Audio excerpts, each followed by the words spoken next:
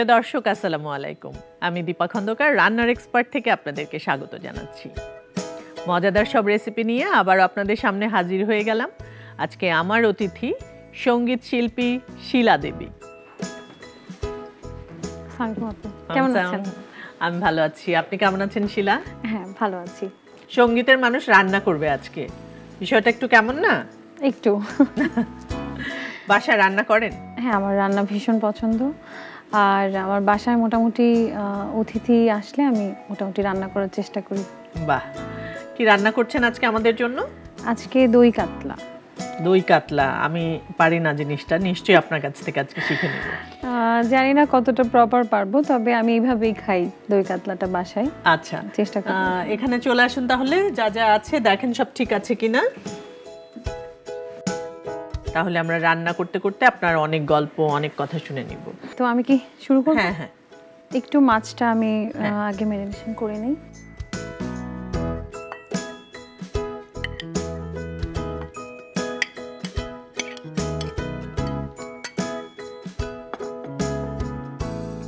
Normally কি মাছ পছন্দ করেন নাকি মিট পছন্দ করেন? মাছটা আমার খুবই পছন্দের, কারণ মাছের আলাদা আলাদা মাছের মানে টেস্টগুলো আমার খুব ভালো লাগে। যেমন ছোট মাছের এক ধরনের টেস্ট, ইলিশ মাছটা আমার ভীষণ পছন্দ। চিকেনটা আসলে আমাদের তো বাইরে গেলে হরহামেশা ওইটাই খেতে হয়, বা মাছটা আমরা প্রপার সব জায়গায় রান্না ওরকম পাই না। তো বাসাতে আমি করলে বেশিরভাগ সময় ওই মাছটাকে একটু ডিফারেন্ট করে খাওয়ার চেষ্টা করি, ভালো লাগে আমার। এখানে আমি একটু হলুদ আর লবণ দিয়ে এটাকে জাস্ট একটু কালারটা আসার জন্য, মাছটা আমি তরকারিতে যখন আমি দেব তখন আমি কিন্তু আর হলুদ ইউজ করব না। ওকে, এবার একটু চুলাটা চালিয়ে দিব না? হালকা একটু ঘি দিব। ঘিটা মাছ ভাজবো যখন, তখনও একটু দিয়ে নিলাম, একটু তেলও দিব। এটা জাস্ট হচ্ছে স্মেলটার জন্য।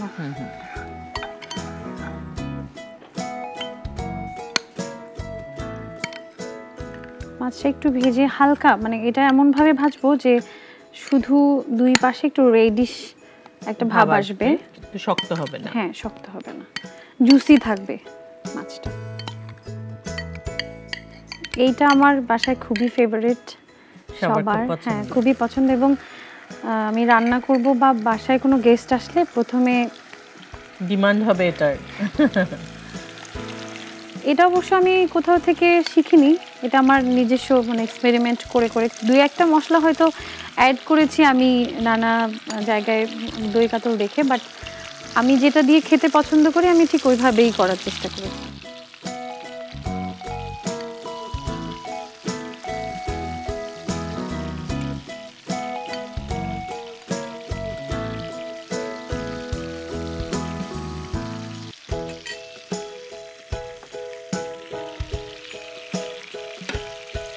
আপুর নাটক আমার ভীষণ পছন্দ, আপনার অভিনয় আমার খুবই ভালো লাগে এবং অন্যরকম ভালো লাগা কাজ করছে। একজন অভিনয়ের মানুষ, একজন আমাদের পর্দার পেছনে সামনে মোটামুটি আমাদের দেখা হওয়ার যে ব্যাপারগুলো, তো কখনোই আমার কোথাও আপনার সাথে, হ্যাঁ বোধহয় আমার কম্পিটিশনে একবার আপনার সাথে দেখা হয়েছিল, আজকে এটার থ্রুতে দেখা হয়ে গেল। আমার খুবই ভালো লাগলো আপনার সাথে দেখা হয়ে। Thank you so much. আপনার গান নিয়ে যদি আমরা দর্শকদেরকে একটু জানাতে চাই, মানে গানটা কবে থেকে শুরু হলো? গানটা আমার একদমই ছোটবেলা থেকে, আমি যখন স্কুল যেতে শুরু করিনি, আমার পড়াশোনা শুরু হয়নি, তখন থেকে আমার ফ্যামিলিতে আমার বাবা মা দুজনই গান করতেন। আচ্ছা, তো ওনাদের প্র্যাকটিস দেখে আমার সকালবেলা আমার গান মানে ঘুমের যে শুরুটা ভাঙতো, সেটা হচ্ছে আমার মা বাবার রেওয়াজ বা আমার ভাই তাদের রেওয়াজ শুনে। তো নিজে গ্রামার শেখার আগে আসলে গান শেখা, গান গাওয়া শুরু হয়ে গেল এবং যথেষ্ট পরিমাণে মানে পরিবার থেকেই এটা আমার ডিমান্ড ছিল যে আমি যেন গান করি। এবং ছোটোবেলায় অনেক কম্পিটিশানে অ্যাটেন্ড করেছিলাম, জাতীয় শিশু পুরস্কার প্রতিযোগিতা। আমি প্রায় 8 বারের মতো বিভিন্ন সাবজেক্টে জাতীয় পুরস্কার পেয়েছি। বাহ, সে তো বিশাল অ্যাচিভমেন্ট। হ্যাঁ, আমাদের শিশু শিল্পী হিসেবে। হ্যাঁ, শিল্পী তো শিল্পী, শিশু আর বড়। আমাদের মাছটা তো মনে হয় প্রায় হয়েই গেছে। মাছটা হয়ে গেছে, এখন আমরা নামাবো। মাছটা তুলে নিব না? হ্যাঁ, এটা জাস্ট একটু লালচে ভাব হওয়ার জন্য করে নেওয়া।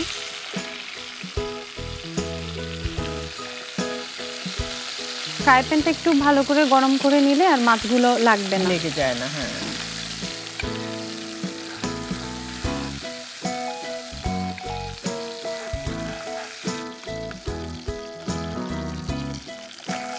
এই তেলটার মধ্যেই আমরা, হ্যাঁ এই তেলটাই আমি ব্যবহার করব বলেই আমি একটু বেশি করে দিয়েছিলাম, বাট এখানে আর একটু ঘি অ্যাড করব, যেহেতু আমার এই তরকারিটাতে ঘি বেশি আমার প্রয়োজন। আমি নর্মালি বাসায় যখন করি আমি বেশিরভাগ ঘি দিয়ে করি, পুরো তেলটাই আমি অ্যাভয়েড করার চেষ্টা করি। আচ্ছা আচ্ছা, ঘিয়ের টেস্টটা তখন ডিফারেন্ট থাকে ঘির মধ্যে জিনিসটা। আমি প্রথমে হচ্ছে একটু দারচিনি আর এলাচি দিয়ে দিব, গোটা গোটাই ব্যবহার করবো এগুলো আমি। এটা গোটা দিলে ভালো হয় কেন, আমাদের হজমে অনেক সময় এটা খেলে অনেকের এমনও হয় যে পেট একটু কেমন যেন লাগে, তো সেক্ষেত্রে আমি গোটাটাই ইউজ করি সবসময় তরকারিতে। আমি হচ্ছে এখন দেবো হচ্ছে এটা পেঁয়াজ বাটা।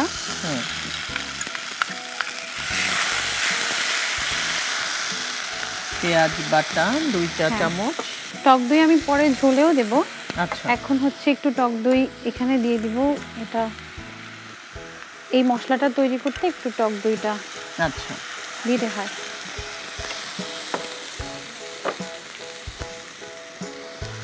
এটা হচ্ছে ধনে গুঁড়া 1 চামচের মতো, 1.5 চামচ, 1.5 চামচের মতো। জিরার গুঁড়া 1 চামচ। তবে আমার মনে হয় মাছ যেহেতু আমাদের একটু বেশি, আমরা তখন আরেকটু 1.5 চামচ, 1.5 চামচের মতো। কাঁচামরিচটা আমি এখন একটু দিব, পরে আমি আবার ডেকোরেশনের জন্য। এখানে হচ্ছে জিরা বাটা, জিরার গুঁড়া দিয়েছি, আবার একটু জিরা বাটা দিলাম। স্বাদ মতো একটু লবণ, যেহেতু আমি মাছ ভাজিতে লবণ দিয়েছি, তো সেক্ষেত্রে আমাকে খেয়াল রাখতে হবে যেহেতু আমার এইখানে তেমন কোনো সবজি দেওয়া নাই, আমাকে লবণটা ওই চিন্তা করে দিতে হবে যেন বেশি না হয়, ঝোলটা অনেক বেশি মাখা মাখা থাকবে, সেক্ষেত্রে আমি অল্প করেই স্বাদ মতো সে বুঝবে হয়তো যে যতটুকু অ্যাড করা যায়, বা চাইলে আমরা পরে আবার দিতে পারবো টেস্ট করে। এখানে হচ্ছে চিনিটা আসলে তরকারিতে যে টেস্টটা সেটা অনেক সময় এটার অ্যাড করে, আবার দেখা গেল যে আমার মা বলতেন যে পানসে স্বাদ যেটা থাকে তরকারিতে সেটা একটুখানি চিনি ব্যবহার করলে সেটা ভালো লাগে। খুব একটা যারা ডায়াবেটিক আছে তারা এটাকে অ্যাভয়েড করতে পারে, কিন্তু এই তরকারিতে এটা খুব ভালো লাগে। এখন আমি কাজু বাদাম দিয়ে দিব, বাদাম বাটা। হ্যাঁ, এটা কাজু বাদাম বাটা। নামটা কিন্তু দই কাতলা, কিন্তু অনেক ইনগ্রেডিয়েন্টস লাগে এটাতে, বিশেষ করে দইটা যখন পরে পোস্তর সাথে দেব তখন আসলে ওইটার টেক্সচারটা অনেক বেশি সুন্দর ভালো হবে। হ্যাঁ, এই জন্যই আসলে এটার নাম বোধহয় এটা হয়েছে। Thank you. হ্যাঁ, তো শুনছিলাম গানের কথা, তারপর ছোটবেলায় তো গান করা হতো, মানে কম্পিটিশনে আসার প্ল্যানিংটা কার ছিল? কোন বয়সে এসে মনে হলো? কম্পিটিশনে আসলে অনেকগুলো রিয়েলিটি শোতে অ্যাড করেছি, মানে জয়েন করেছিলাম।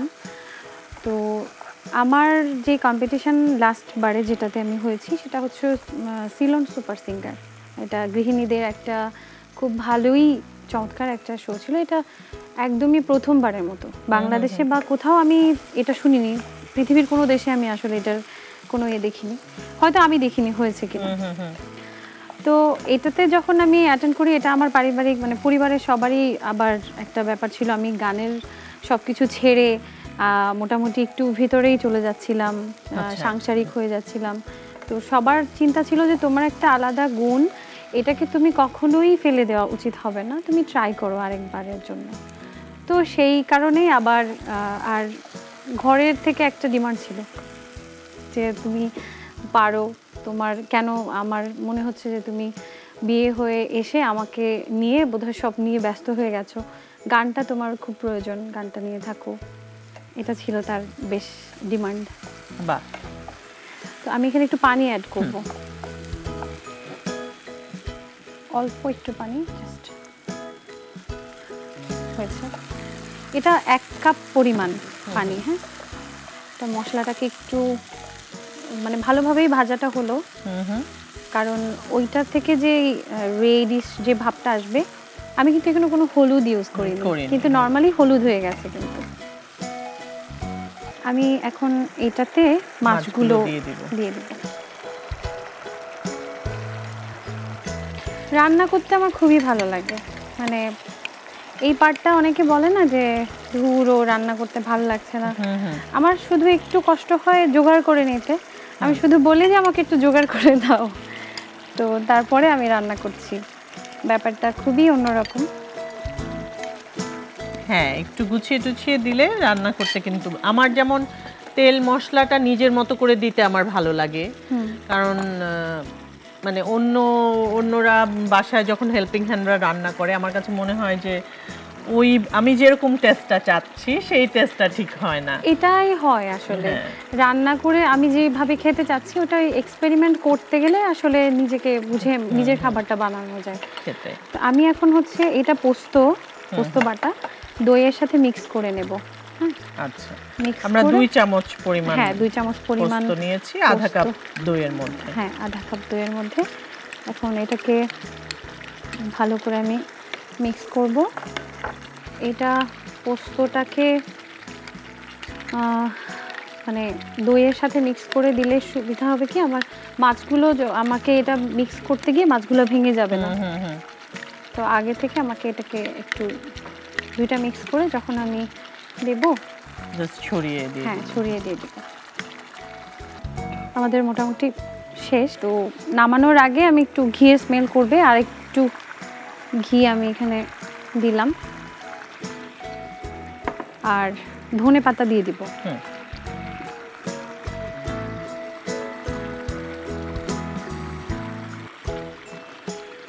শেষ রান্না, এখন শুধু সার্ভ করব।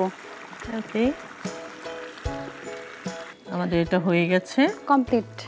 তাহলে আমরা সার্ভ করে ফেলি।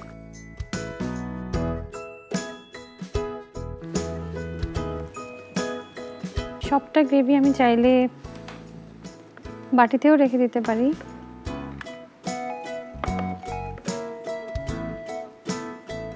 শুকনা মরিচটাও একটু দিলাম, তারপর কাঁচা মরিচটা আমি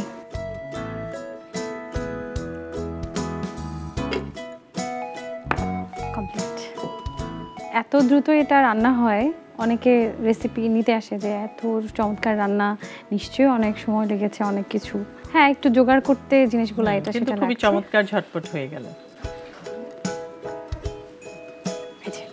থ্যাংক ইউ।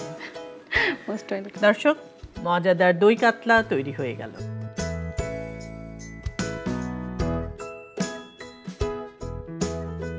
শিলা, অনেক অনেক ধন্যবাদ আপনাকে। আপনি আপনার ব্যস্ত সময় থেকে আমাদেরকে সময় দিয়েছেন এবং এত মজাদার একটা রেসিপি ঝটপট আপনি রান্না করে দেখিয়েছেন।